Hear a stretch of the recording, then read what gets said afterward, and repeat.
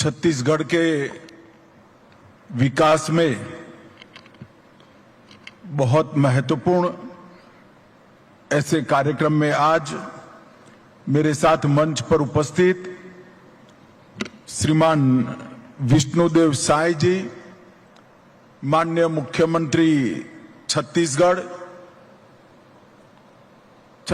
विधानसभा के स्पीकर महोदय और हमारे भूतपूर्व मुख्यमंत्री श्रीमान रमन सिंह जी, उप मुख्यमंत्री छत्तीसगढ़ श्री अरुण कुमार साव जी, उप मुख्यमंत्री और गृह मंत्री छत्तीसगढ़ शासन श्री विजय शर्मा जी, श्री गोविंद मोहन जी, गृह सचिव भारत सरकार श्री तपन डेका जी, निर्देशक आसूचना ब्यूरो श्री अमिताभ जैन, मुख्य सचिव छत्तीसगढ़ डॉक्टर एस.ओ. जुनारे जी, परिसर निर्देशक NFSU गांधीनगर और आज यहां उपस्थित छत्तीसगढ़ के सभी जनप्रतिनिधिगण, NFSU के विद्यार्थीगण और अन्य महाविद्यालय और विश्वविद्यालय से आए हुए शिक्षा से जुड़े सभी लोगों का मैं हृदयपूर्वक आज स्वागत करता हूं। ये मीडिया वाले जरा जितना हो सके उतना सेट कर बैठ जाओ, मैं यहीं खड़ा रहूंगा भैया, आपकी फ्रेम में ही आऊंगा मैं, बैठ जाइए। आज छत्तीसगढ़ की क्रिमिनल जस्टिस सिस्टम के लिए एक बहुत महत्वपूर्ण दिवस है, क्योंकि आज एक प्रकार से 3 नई शुरुआत छत्तीसगढ़ की क्रिमिनल जस्टिस सिस्टम को आधुनिक बनाने के लिए हो रही। एक तो नेशनल फॉरेंसिक साइंस यूनिवर्सिटी का परिसर का नींव रखने का काम आज नवा रायपुर में हुआ है। सेंट्रल फॉरेंसिक साइंस लेबोरेटरी की नींव भी आज नवा रायपुर में रखी गई है और जब तक NFSU का बिल्डिंग बनकर नया तैयार हो तब तक इसके अस्थायी परिसर की भी आज एक प्रकार से शुरुआत हुई है।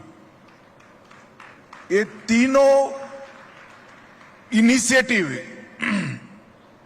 आने वाले दिनों में न केवल छत्तीसगढ़, पूरे मध्य भारत के लिए क्रिमिनल जस्टिस सिस्टम को आधार देने का काम करेंगे।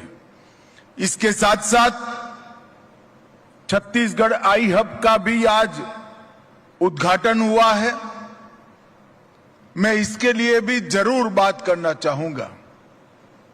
छत्तीसगढ़ के अंदर विष्णुदेव जी के नेतृत्व में सरकार बनने के बाद अभी इन्वेस्टमेंट समिति हुई, उसमें 5 लाख करोड़ के MOU साइन हुए। ढेर सारी इंडस्ट्रीज छत्तीसगढ़ में आ रही है, परंतु मैं स्पष्टता से छत्तीसगढ़ के युवाओं को बताने आया हूं, जब तक युवा स्वयं उद्योग साहसिक नहीं बनेंगे, छत्तीसगढ़ का इन्वेस्टमेंट, छत्तीसगढ़ की औद्योगिक क्रांति नहीं हो सकती। कोई बाहर से यहां कर इंडस्ट्री डालेगा, रोजगारी की भी बढ़ेगी, रेवेन्यू भी बढ़ेगी, संभावनाएं भी बढ़ेगी, मगर जिस दिन छत्तीसगढ़ का युवा खुद MSME उद्योगपति बनेगा, खुद अपना स्टार्टअप तैयार करेगा और इसके माध्यम से यहां पर उद्योग साहसिकता का एक संस्कृति खड़ी करेगा, तब तक छत्तीसगढ़ का विकास नहीं हो सकता। और आज जो शुरुआत हुई है आई हब की, वो जो युवा अपना स्टार्टअप बनाना चाहते हैं, न केवल उनके स्टार्टअप के मूल विचार को, उसकी व्यवहारिकता की जांच करने में, उसको टेक्नोलॉजिकल सपोर्ट देने में मदद करेगा। इसके बाद स्टार्टअप शुरू करने में आर्थिक सहयोग करने के लिए भी वो ब्रिज का काम करेगा। स्टार्टअप बन जाने के बाद इसके मार्केटिंग और अनुबंध जैसी महत्वपूर्ण प्रोफेशनल व्यवस्थाओं में भी ये आई हब मदद करेगा। कई बार युवा मौलिक सोच के आधार पर स्टार्टअप बनाता है, उसको बहुत अनुभव नहीं होता है और अपने विचार को जब पूंजी की जरूरत होती है तब ऐसे अनुबंध करता है, जिससे आने वाले दिनों में इसका जो पोटेंशियल होता है, संभावनाएं होती है, युवा के खुद को सशक्त बनने की आर्थिक रूप से वो निरस्त हो जाती है। तो उसका मार्केटिंग और अनुबंध करने की तज्ञता और मार्गदर्शन, ये सभी एक ही सेंटर से बनेगा। ये छत्तीसगढ़ के युवाओं के लिए बहुत बड़ा मौका है और बहुत बड़ा प्लेटफॉर्म उनको मिलने जा रहा है। गुजरात में आई हब बना है। विजय भाई इसकी मुलाकात कर आए, उन्होंने देखा होगा। मेरे देखते देखते कुछ ही साल में कई स्टार्टअप आज दुनिया भर में नाम निकाल कर आए हैं और वो लड़के बहुत कम आयु में बहुत बड़ा काम कर पाए हैं। मैं आशा करता हूं यहां पर भी ऐसी शुरुआत होगी और इसके लिए जो आज जिसका उद्घाटन हुआ है वो आई हब एक नींव बनेगा, इसका मुझे पूरा विश्वास है। मित्रों, ये अटल जी का शताब्दी वर्ष है। मैं छत्तीसगढ़ विगत 11 सालों से आता हूं। छत्तीसगढ़ में मैं बिल्कुल विश्वास से कह सकता हूं कि छत्तीसगढ़ को बनाने का पूरा श्रेय हमारे नेता श्रद्धेय अटल जी को जाता है, जिन्होंने छत्तीसगढ़ को बनाया। और अटल जी ने छत्तीसगढ़ बनाने के बाद छत्तीसगढ़ को संवारने का पूरा श्रेय अभी के प्रधानमंत्री और देश के नेता श्री नरेंद्र मोदी जी के जा। और छत्तीसगढ़ सरकार अपना 25वां वर्ष भी मना रही है स्थापना का, और वो वर्ष को अटल निर्माण वर्ष के रूप में मनाने का निर्णय छत्तीसगढ़ सरकार ने किया है।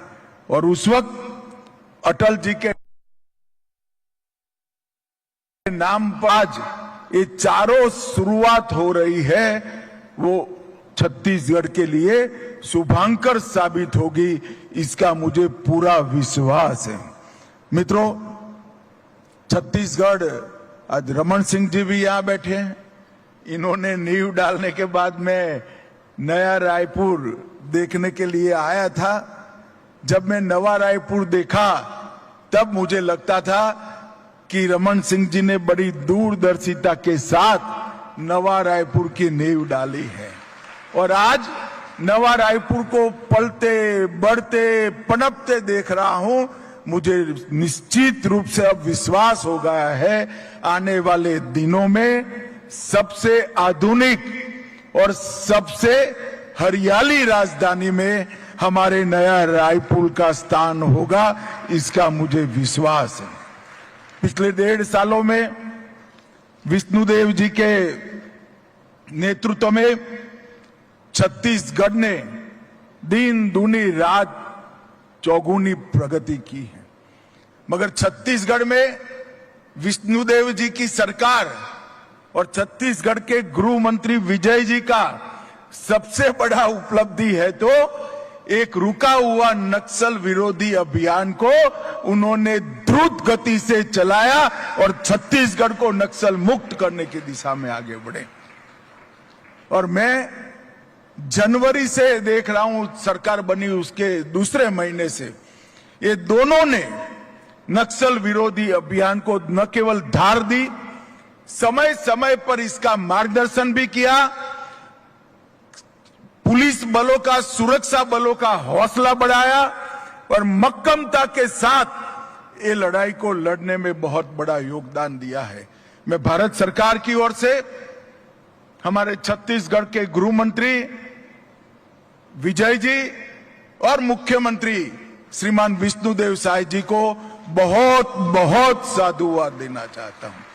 और मैंने छत्तीसगढ़ में ही कहा था, यही नवा रायपुर में कहा था, अटल नगर में कहा था कि 31/3/2026 ये देश नक्सलवाद से मुक्त हो जाएगा। और मित्रों, मैं फिर से बात विश्वास के साथ दोहराना चाहता हूं, जिस तरह से सुरक्षा बलों ने पराक्रम किया है, हमारी सूचना एजेंसियों ने सटीक रणनीति बनाई है, हमें लक्ष्य को सिद्ध कर रहेंगे। और आज मैं छत्तीसगढ़ वासियों को कहकर जाता हूं कि हर बार बारिश में नक्सली थोड़ा आराम कर लेते थे, इस बार बारिश में भी हम उनको सोने नहीं देंगे और 31 दिन के लक्ष्य को हम आगे बढ़ाएंगे। मैं फिर से जो नक्सलवाद के रास्ते पर भटक कर चले गए हैं, वो सभी युवाओं को अपील करना चाहता हूं कि बहुत लुभावनी सरेंडर पॉलिसी विष्णुदेव जी ने बनाई है। आइए हथियार डाल दीजिए और नए छत्तीसगढ़ की विकास की यात्रा में जुड़ जाइए। इससे अच्छा सरेंडर करने का मौका कभी नहीं मिलेगा। कोई चर्चा की जरूरत नहीं है, सरकार पर भरोसा करिए, हथियार डालिए, मेन स्ट्रीम में जुड़ जाइए और आप छत्तीसगढ़ की विकास यात्रा के साथ अपने आप जुड़ जाएंगे। ढेर सारे लोगों ने हथियार डाले हैं, उनका भी मैं समाज जीवन में वापिस मनपूर्वक स्वागत करता हूं और विश्वास दिलाता हूं कि सरकारों ने, केंद्र सरकार और छत्तीसगढ़ सरकार ने जो वादा आपके साथ किया है, वो वादे को हम पूरा भी करेंगे, उससे अधिक भी आपकी सहायता करने का प्रयास हम निश्चित रूप से करेंगे। मित्रों, आज यहां पर एनएफएसयू का जो कैंपस बनने जा रहा है, वो 145 करोड़ के खर्च से बनेगा और सीएफएसएल 123 करोड़ के खर्च से बनेगी।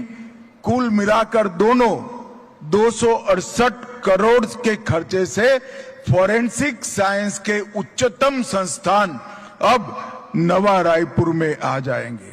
और छत्तीसगढ़ सरकार ने इसके लिए भूमि भी दी है, R&D का केंद्र भी यहां बनेगा और अस्थायी परिसर के अंदर 180 युवा अभी से ही इसकी शिक्षा चालू कर पाएंगे।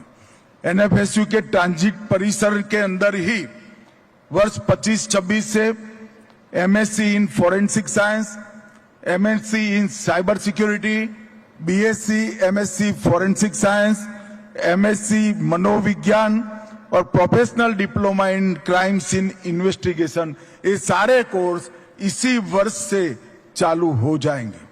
एनएफएसयू के परिसर में forensic chemistry, forensic biotechnology, toxicology, DNA, fingerprint, ballistic science, cyber security और डिजिटल फॉरेंसिक, ये सारे कोर्स पढ़ाने की शुरुआत होने वाली है और इसको एक संपूर्ण परिसर के अंदर हम 3 साल में परिवर्तित करेंगे, जिससे फॉरेंसिक साइंस से जुड़ा हुआ हर एक कोर्स मेरा छत्तीसगढ़ का युवा यहां से सीख कर जाएगा। और मैं आज युवाओं को कहने आया हूं, आप भरोसा करना मोदी सरकार पर। एनएफएसयू का ग्रेजुएशन मतलब आपकी नौकरी की गारंटी है, आपको कहीं ढूंढने नहीं जाना पड़ेगा। छत्तीसगढ़ के युवाओं के लिए ये बहुत बड़ा मौका है।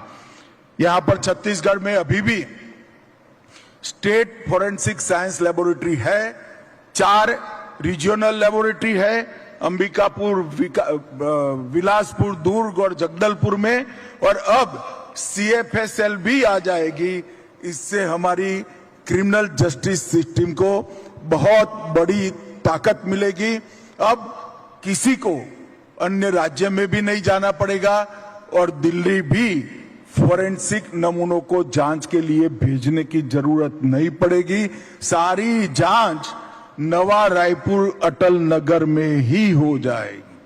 और युवाओं के लिए जैसा मैंने कहा, रोजगारी का और पढ़ाई लिखाई का एक बहुत बड़ा मौका यहीं पर चालू हो जाएगा।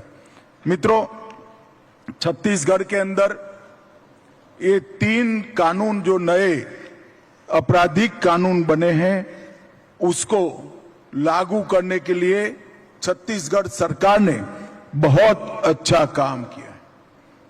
और मैं मानता हूं, क्योंकि पूरी प्रोसेस से मैं जुड़ा हुआ हूं, मैं मानता हूं ये तीनों आपराधिक कानून पूर्णतया लागू होने के बाद हमारे देश के किसी भी कोने में रजिस्टर हुई एफआईआर 3 साल में फरियादी को और विक्टिम को सुप्रीम कोर्ट तक न्याय दिलाने की सुनिश्चितता करेगा।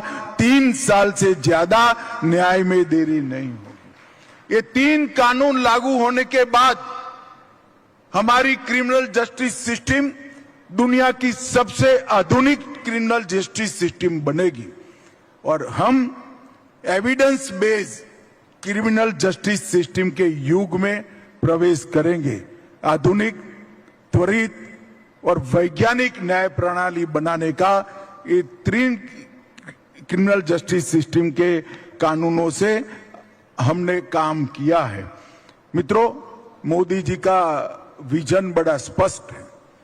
2047 तक विकसित भारत बनाने का जो लक्ष्य रखा है वो केवल इंफ्रास्ट्रक्चर, इंडस्ट्री, इनोवेशन और आर्थिक विकास से जुड़ा हुआ नहीं है।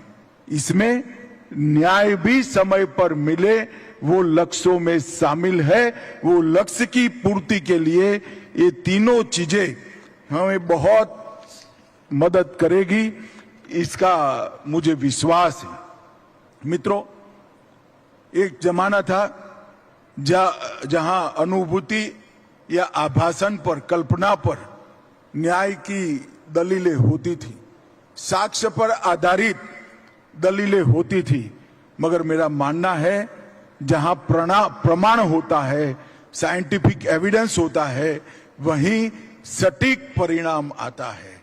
और मैं मानता हूं कि एफएसएल की मदद से हमारा सजा कराने का दर कुछ ही सालों में विश्व के सबसे ज्यादा सजा कराने का दर वाले देशों में हमें शुमार कर देगा। और 160 साल पुराने एक कॉलोनियल कानून को समाप्त कर हम जो नए कानून लाए हैं उसमें हमने अनिवार्यता कर दी है कि 7 साल से ज्यादा सजा जिस अपराध में है वो सभी अपराध के स्तर पर फोरेंसिक साइंस की टीम की विजिट कंपलसरी करी है। यही बताता है कि कितनी अपार संभावनाएं फोरेंसिक साइंस की हमारे देश में बढ़ी हैं। पुलिस की जांच में ऑडियो वीडियो रिकॉर्डिंग, फोरेंसिक साक्ष्य, वीडियोग्राफी और पूछताछ के दरमियान डिजिटल रिकॉर्डिंग, ये सभी हमने तय किया है। लगभग 30 से ज्यादा जगहों पर समय मर्यादा को बांधकर न केवल पुलिस, इसके साथ साथ प्रोसिक्यूशन और न्याय प्रक्रिया को भी समयबद्ध न्याय देने के लिए हमने एक रास्ता खोल कर रखा है। इसके साथ साथ 100% मतलब 17,184 पुलिस थानों में सीसीटीएनएस तैनात कर दिया है और इसके माध्यम से इसकी ऑनलाइन मॉनिटरिंग राज्य के गृह मंत्री और राज्य के डीजीपी अपने टेबल पर बैठकर कर पाएंगे। ये बहुत बड़ी उपलब्धि आने वाले दिनों में हमारी पैटर्न को एनालिसिस करने के लिए और इसको बचाने के लिए होने, कानून को त्वरित गति से कानून के माध्यम से न्याय देने में हमें इससे मदद मिलेगी। मित्रों, एनएफएसयू अपने स्थापना के बहुत कम समय के अंदर अब 16 परिसर, जिसमें 7 स्थापित है, 9 स्वीकृत है और 10 अतिरिक्त परिसर संभावित है, प्रस्तावित है। मतलब देश के 26 बड़े स्थानों पर एनएफएसयू की हम उसका विस्तार करने वाले हैं और ये पूर्णतया विकसित होने के बाद मुझे विश्वास है कि आने वाले वर्षों में 32,000 फॉरेंसिक विशेषज्ञ हर साल निकलेंगे और हमारी जरूरियात हर साल 30,000 से ज्यादा नहीं है। तो फॉरेंसिक साइंस के क्षेत्र में भी हम देश को आत्मनिर्भर करेंगे। और मित्रों, आज अभी एक सर्वेक्षण कल ही मुझे किसी ने भेजा है, वैश्विक फॉरेंसिक टेक्नोलॉजी का मार्केट 20 बिलियन अमेरिकी डॉलर का है, जो 13% कंपाउंड एनुअल ग्रोथ रेट के साथ लगभग 2036 तक 55 बिलियन यूएस डॉलर का होगा। और उसमें भारत के हिस्से की 9% की कल्पना वो सर्वेक्षण में की है। ये बहुत बड़ा पोटेंशियल हमारे युवाओं को यहां से इसके माध्यम से एक्सप्लोर करने की बात मिलेगी। छत्तीसगढ़ में निफ्ट, नया रायपुर में आईटी पार्क, भारत की शिक्षा परंपरा के अनुरूप 20 करोड़ की लागत से बहुत बड़ी लाइब्रेरी और एआई डेटा पार्क नया रायपुर में बन चुका है। लार्ज लैंग्वेज मॉडल भी डेटा सेंटर को समर्पित है और इसके साथ साथ 158 करोड़ की लागत से कॉमर्शियल ऑफिस कॉम्प्लेक्स भी बनने जा रहा है। आईटी, एआई, फार्मा, स्टील, बिजली उत्पादन, ये सब क्षेत्रों के अंदर